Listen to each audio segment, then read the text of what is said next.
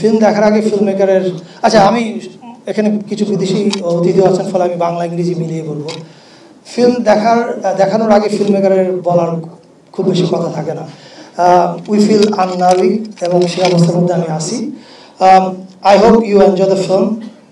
এই ফিল্মটা আমরা শুট করেছি 2023-এর নভেম্বরে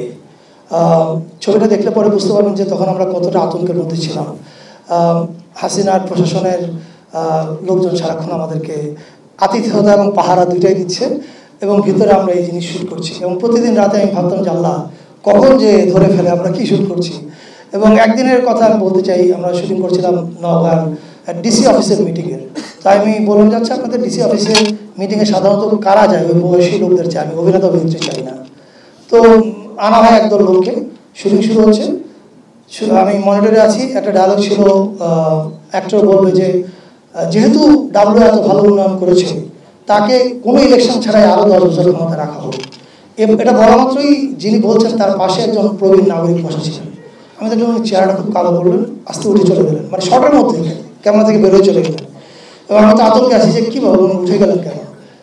কিছুক্ষণ পর আমরা জানতে পারলাম যে উনি ওখানকার আওয়ামী লীগ ঘনিষ্ঠ এবং উনি নিচে গিয়ে বলেছেন ফারুকী সাহেব নিজেরা চালাক মনে করে উনি কি মানে আমরা যে এটা কি এটা বোধহয় উনি বুঝতে পারছেন না so that was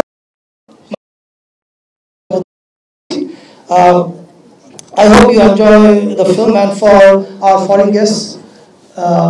a very warm welcome for you all to come for coming here you are going to experience a film which we are calling Democracy Private Limited aka 840 why Democracy Private Limited that you will experience yourself when you watch the film